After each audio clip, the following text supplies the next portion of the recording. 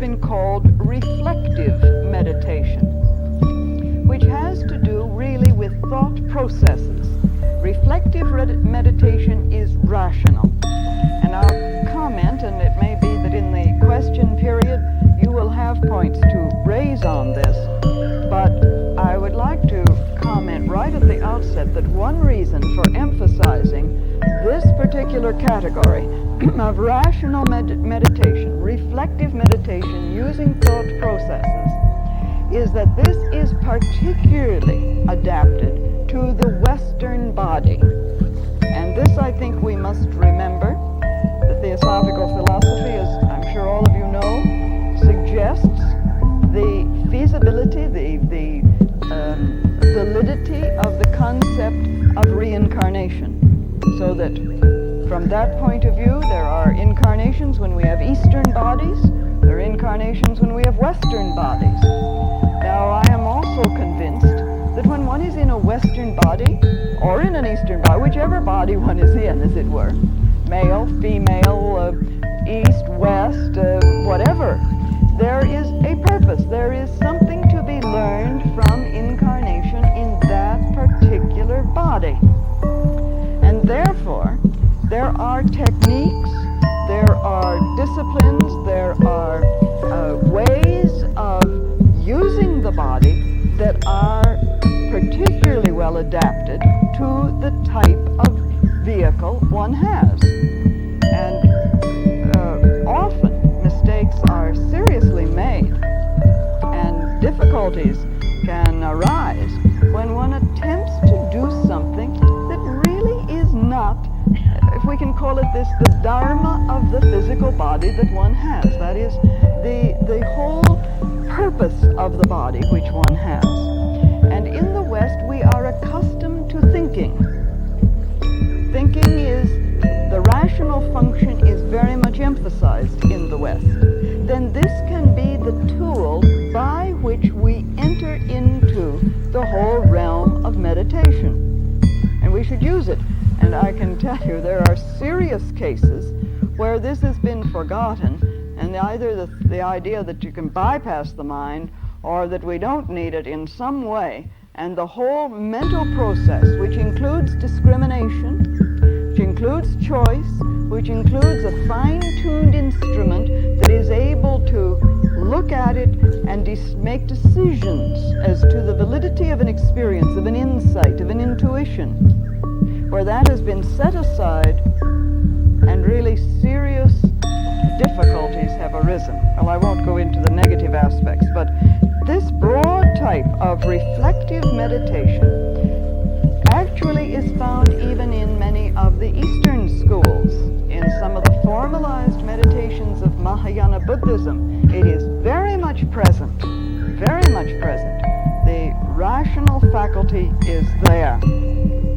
But it is distinguished from what has been called the contemplative intuitive type of meditation. Well, perhaps the simplest form of meditation, and therefore the best to start with, as I say, because it entails something with which we're familiar, thinking. I think we all think. At least something goes on that passes for thinking. We hope we're engaged in it. This entails the ordinary, active, although controlled thinking to which the mind is accustomed, is reflective meditation. One aspect of this, which we shall also examine tonight, and I see it as a kind of rising tide, as it were, in which we move in a certain direction and then move out in another direction. We can look at it in various ways, but one aspect that we need to examine involves what has been called receptive meditation. Reflective, receptive. These really are two wings of the same bird that soars. Two wings of the bird of meditation. But this should not be thought of as in any way a negative form of meditation. When I say receptive, please do not think of it as negative. Rather, that out of the achievement of reflective meditation, the mind is then held still, poised. We'll try one. at the end tonight. See what we can do in a group. The mind is held still and poised, alert to receive a light on a subject, to catch an inspiration or grasp a new realization.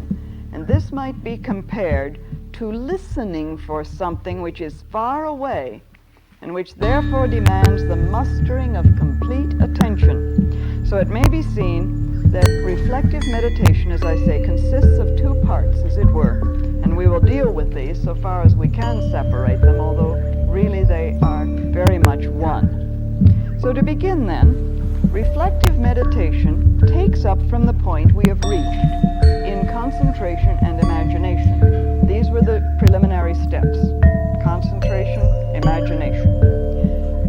A subject is chosen, let us say a quality like serenity. I presume this is a quality we all would like to have. Perhaps this is a quality you already have, so well then try another quality. But because I think I need serenity, I come up with this, you see. Let us take this quality of serenity. To reflect upon this, first we concentrate upon it. Then we imagine perhaps a serene lake. And reflect upon it then means to begin to consider everything we can about it, its meaning, its value, its significance, what it is able to bring about. The first requirement in this reflective meditation is to watch the thinking processes. Keep a check on them. Notice immediately if the mind begins to wander, and patiently bring it back to the central theme of serenity, the theme which we have chosen on which to reflect. We can take courage at the outset. Our minds are likely to wander, don't worry. They generally do. And let's not fool ourselves. Let's be absolutely honest. When the mind begins to wander, bring it back. But we can take courage, I think, from a writer such as Sri Krishna Prem, who has written in the book The Yoga of the Bhagavad Gita. For countless ages, the mind has been turned outwards and has been given a free rein to attach itself to objects of desire. And it is not to be expected that it will be possible to wrench it away from them at once. An understatement, if ever I read one. A bamboo that has long borne a weight will not be straightened merely by its removal. Strenuous effort will be required to neutralize the acquired bend. So it is with the mind. And I think this is a very apt illustration. If you notice a fir tree with a heavy load of snow upon it, when the snow is gone, perhaps the tree still bends, and only gradually does it begin to resume its upright state, doesn't it? Sometimes one sees a wind-swept tree which has moved out, and then life forces it up, and then it moves, then it bends over again, and so on. It's interesting to watch this on a seashore, for example, or on a cliff where the winds sweep by. So here the use of will comes in, and we alluded to this aspect of our subject last week, you will recall. The task before us then involves a steady brooding on the subject, and all aspects of it must be included. The meanings of serenity. What does serenity imply? What is its significance? What are serene circumstances?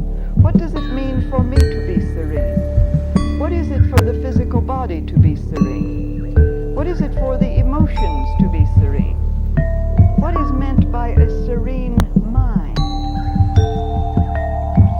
All aspects are examined. The implications. Does serenity mean, does this imply that I will not be active in the world? Does serenity imply that I will let people just walk over me? That I will just be a limp dish rag? Does serenity imply a positive state in which I act?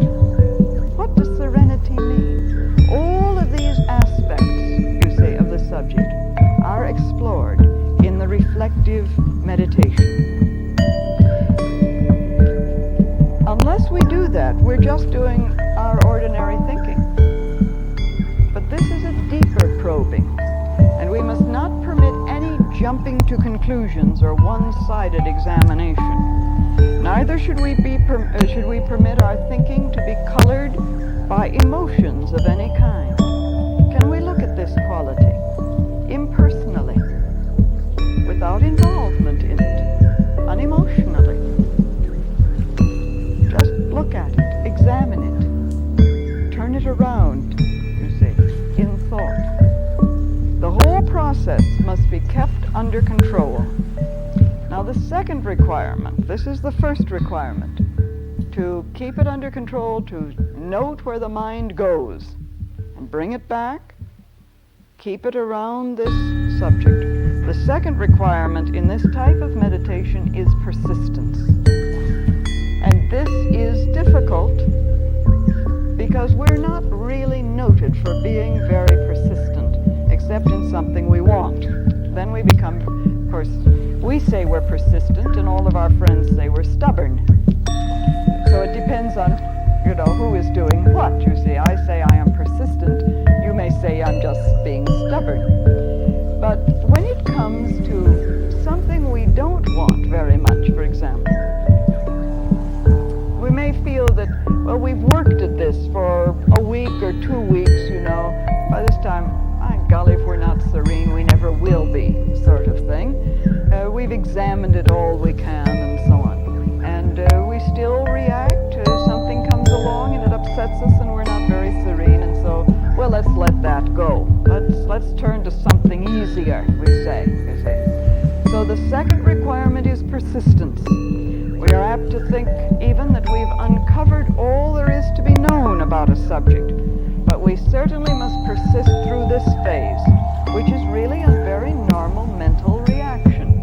I've discovered everything there is to be known about serenity. I know all about it. Of course, I can't put it into action. Of course, I'm not a very serene person, but I know everything there is to be known about serenity. Well, do we really? Have we really examined it? Let us say, you see, that serenity is our topic. Devote at least a month to this. Sometimes people have been known to devote years to just one quality, because one quality can be the doorway to every other quality, every other aspect of life.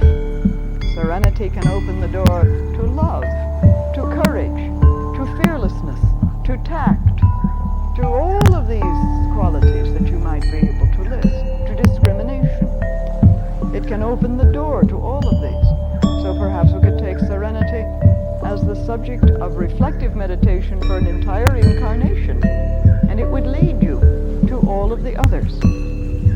But certainly take something like this for a sufficient length of time. Of course, sometimes after 1 or 2 periods of meditation, we feel there's nothing more to explore, and we're bored with the topic. And this is where there is a normal mental reaction. I want to meditate on something exciting. I'd like to meditate on the chakras. I'd like to meditate on something really exciting that's going to do something, you see. And so we're bored. The mind wants some new feed. It's the horse that's always asking for a new brand of oats to be handed in, sort of, you see. So we want this excitement. Can we persist through this?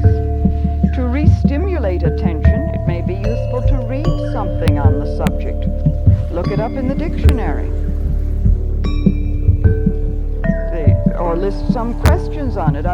Just today I was reading a book that I picked up in a bookstore last evening, and I came on a new idea, for example, with regard to truth. This is just an illustration how sometimes one's reading can enrich a reflective meditation. Usually, not that I know all about truth or ever thought I did, but suddenly I had a new insight because I learned that the Greek word for truth, or the word that Plato used in his dialogues for truth, is the Greek word aletheia, which is a not forgetting.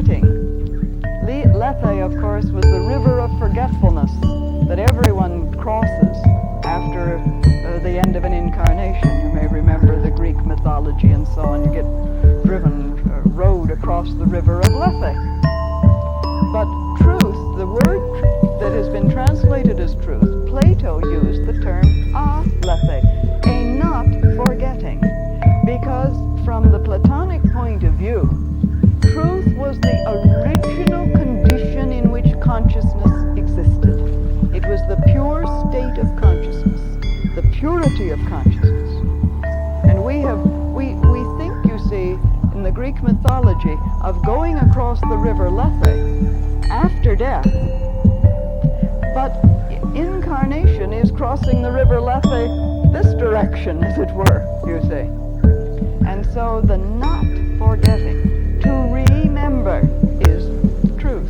Well, that cast a whole new light on it for me, suddenly. And this is what I mean, that one can read something that re-stimulates attention, and which reflective meditation can then take place. This is just a simple little illustration. It happens to be fresh in my mind because I came upon it this morning. So perhaps we can list some of the questions on the subject that we have chosen for our reflective meditation, to which we'd like to have answers. Take them within and see if we can examine this subject from the point of view of these questions. Reach into the depths of whatever topic is chosen for reflective meditation. After all, this is why we meditate, not just to sit and think, not just to daydream, but to go below the surface, to go into a matter in depth, and to reach that still point of the immortal self, which can cast light upon the subject. And that is invited by this kind of reflective state that is induced. And so we probe behind the apparent, and we find out the elements we might otherwise never know were present.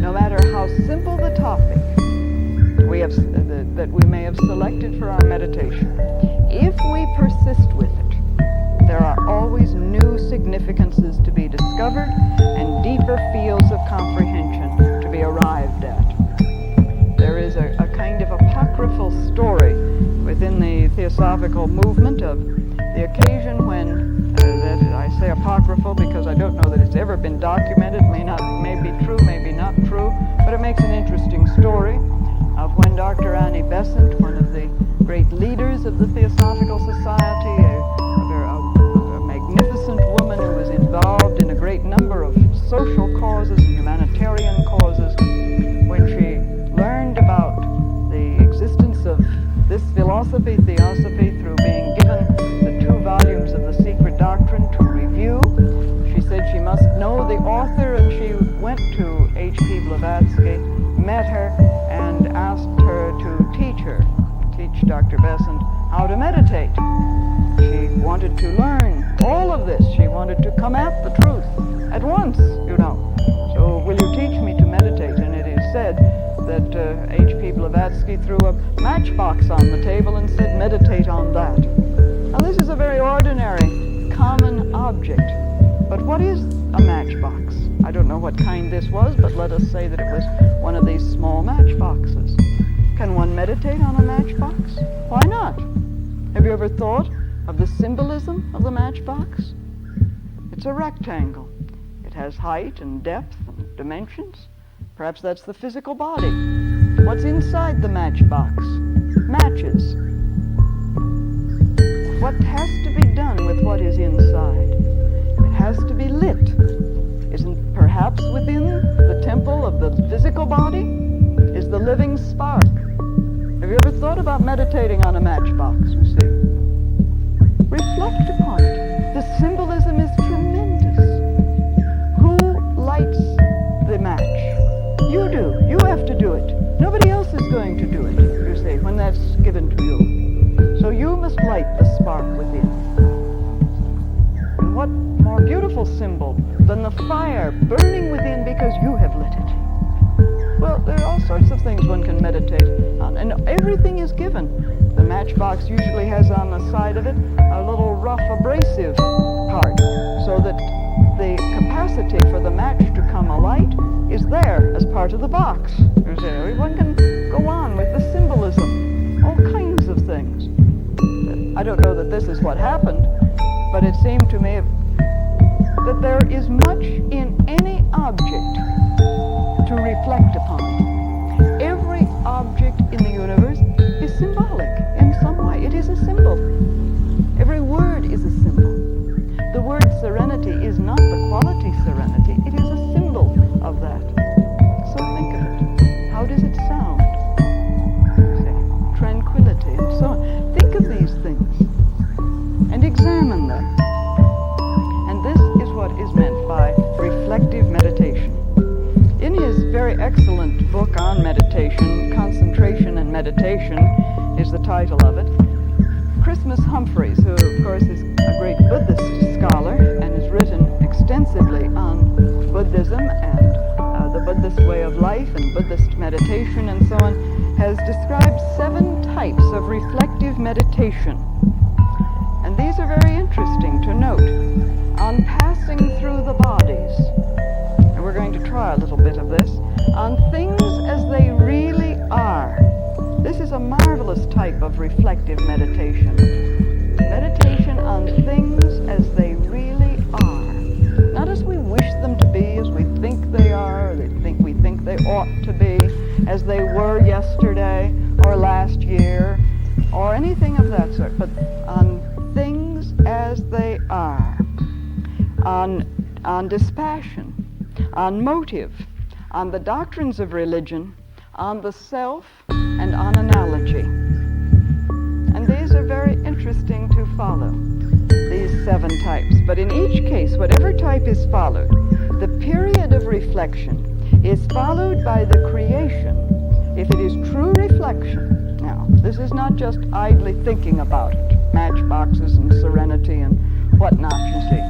But the period of reflection, if it is truly reflection, is followed by the creation of an unimpeded channel between the physical brain and the higher or inner self, the true self. The creation of this channel, which permits of a divine outpouring. It is as though we open a channel through the reflective meditation, inwards, which permits a downpouring of light, a kind of infusion of new insight, understanding. And this period of outpouring has often been called the time or the state of receptive meditation. This is why I say this is the other wing of the bird of meditation. This is really, however, a very difficult practice, for it takes us into the precincts, of course, of abstract meditation and represents a kind of leap from reflection to what some Buddhist schools call a state of no mindfulness, in which one has used the mind to set aside thought, and in that stilled condition created the channel, building the bridge to the higher self, which permits an influx of light. Meister Eckhart in the Christian tradition illustrates this beautifully in many of his writings, this interior reception which comes about at this stage. Now the problem is certain dangers are attached to this condition of meditation, for the human mind is already exposed to so many countless thought currents, impressions, impacts of various kinds, and care must be taken that a state of negativity is not entered into. That we are not talking about a state which permits free access to the mind by all these countless impressions, that this does not take over. So in one sense, our goal is right receptivity. Now this is very difficult to define, but this is where a lot of people, I think, and I've seen it, we get letters about it, and I've talked to people in my travels around the world, mostly are here in the United States, who have jumped at once into this kind of receptive meditation without reflection. And it has turned into a negative condition in which there was no longer any control over what was being received, and consequently no discrimination, and everything that came through.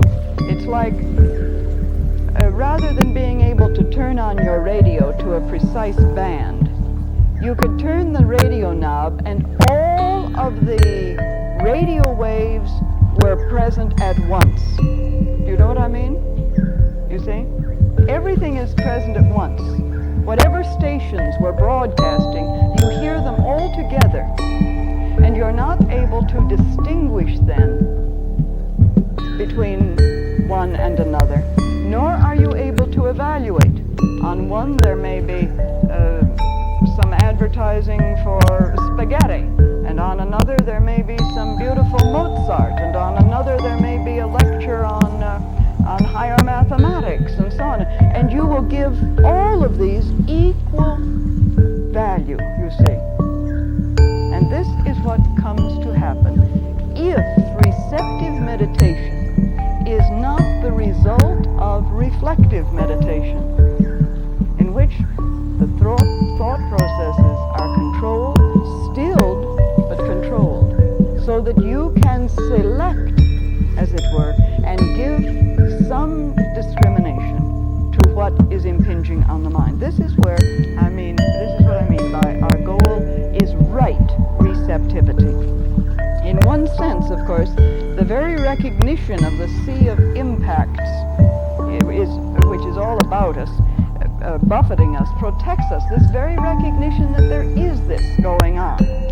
We're all the time, you right now are being buffeted by my thoughts, you see. It's hard to close me out, in a sense. But you do, momentarily, and maybe even more than momentarily, while you go off into your own thought realm, and then suddenly you're buffeted by some word I say, some thought I send out, and so on, you see. But we're all the time being buffeted. And in some sense, this is a protection to us, for it is helpful to realize the endless stream of impressions to which we are exposed, subtly and unconsciously, as well as consciously. And knowing this, therefore, we should be on our guard against mass influences that are constantly impinging. And this is happening all the time. Just get into a mass of people, a crowd of people, where there's excitement, haranguing going on. And immediately you're caught up in it, aren't you? You're aware of it. Walk into a group of people in a church who are praying. It's easier for you to pray, isn't it? It's much easier in that atmosphere.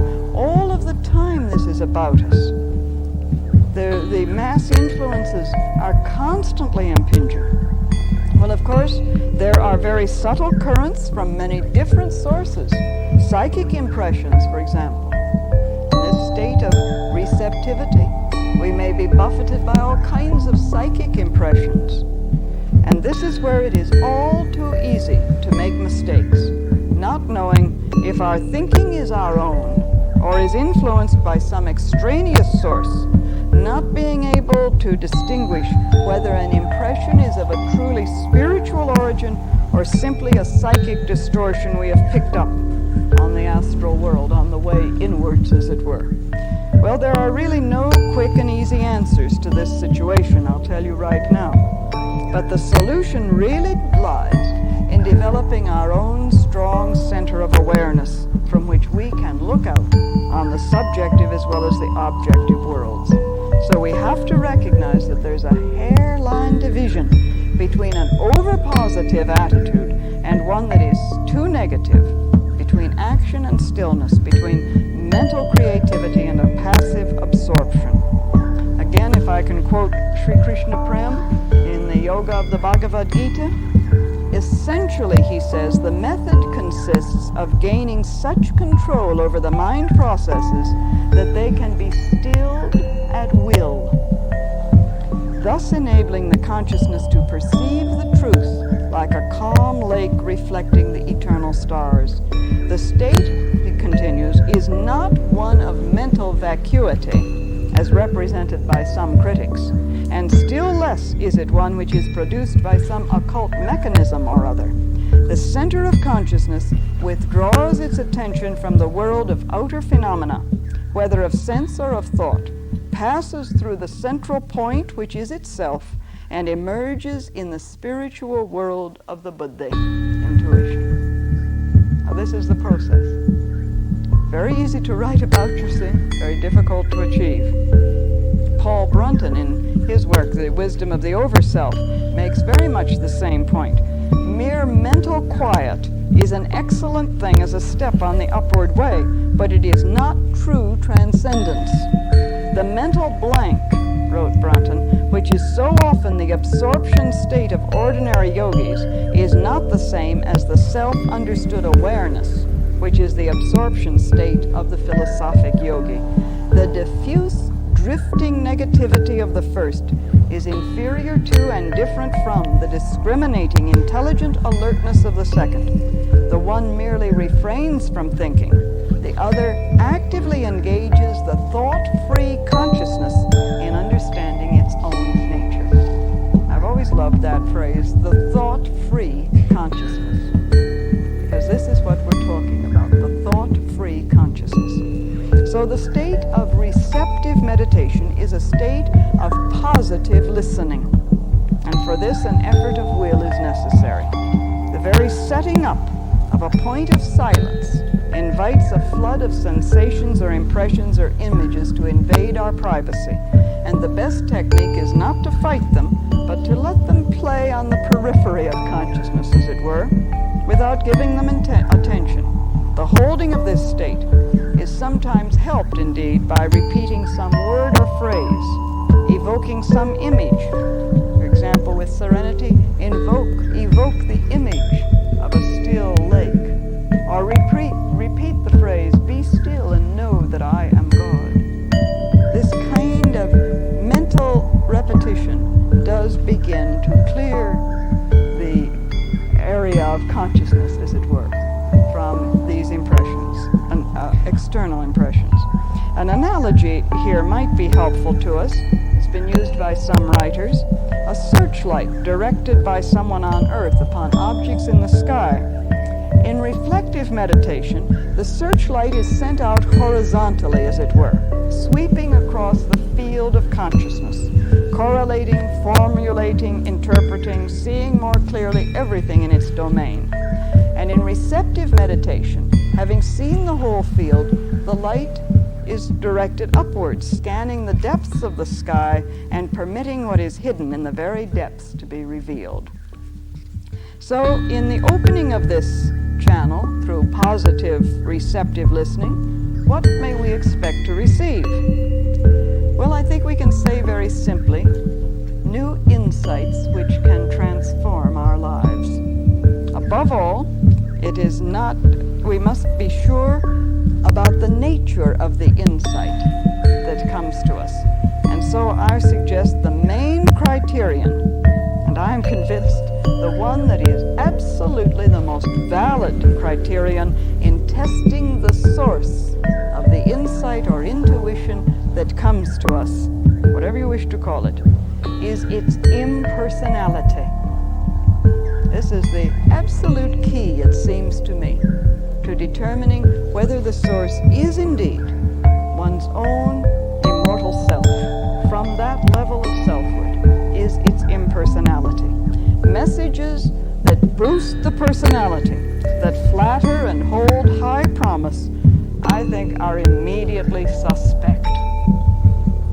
Don't listen to them. Immediately suspect. Messages that are separative, divisive, personal in any way. And so to me, the one clear criterion, now there are others of course, but the one clear one is its impersonality.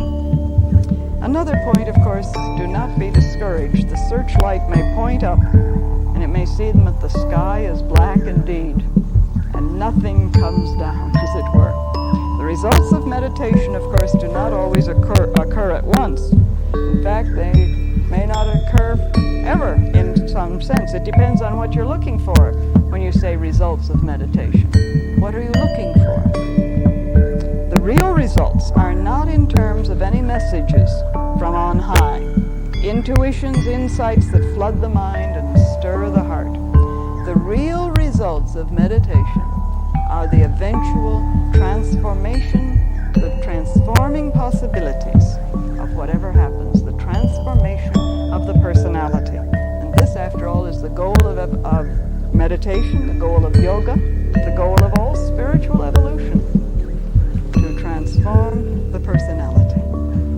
Before trying a meditation that involves reflection and receptivity, I'd like to briefly sketch what may be involved in this type of meditation as related, for example, to the meditation on the nature of the self, one of the 7 types that Christmas Humphreys mentions in his book on concentration and meditation. We all know or think we know something about ourselves, don't we? You think you know yourself fairly well. We perceive ourselves as both subject and object, don't we? I can talk about myself as though it were out there, but I also have, I can observe myself, and I also am the observer that is doing the observing. But the self is really a mystery, isn't it? And so we are to undertake an examination of the self of which one is aware. Now one can couple this then with the meditation on passing through the bodies. And say, for example, I, that is my real I am not my physical body. And we look at this, we reflect on it, we analyze it. I am not my physical body. I am not my emotions. I am not my mental processes. What then am I? What is the self? And we can then open up in our reflection. What is the self? It is in this body. It has some relation to it. It is in everybody. It is universal. It is particular. It is all,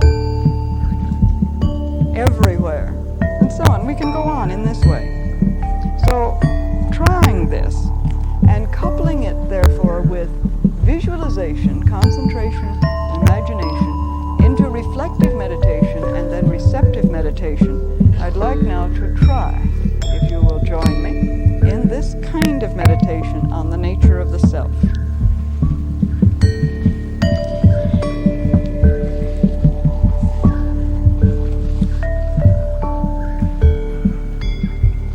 So let us relax.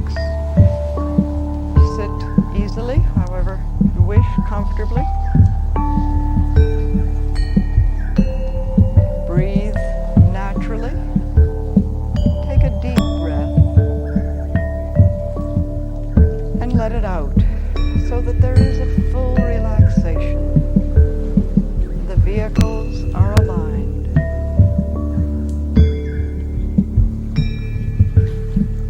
Now imagine a closed lotus bud. It is tightly closed. Visualize it. Concentrate on it.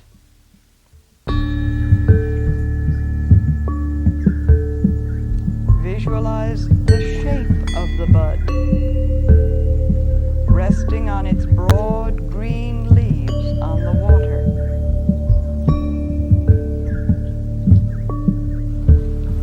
Picture the smooth texture of its petals, the closely folded form.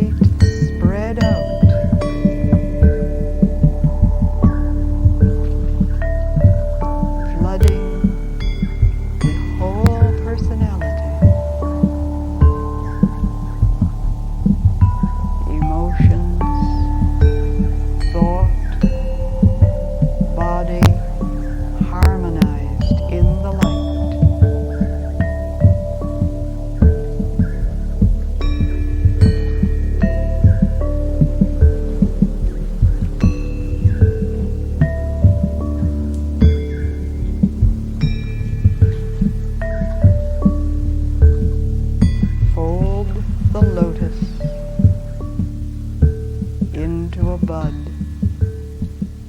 and return to the brain consciousness.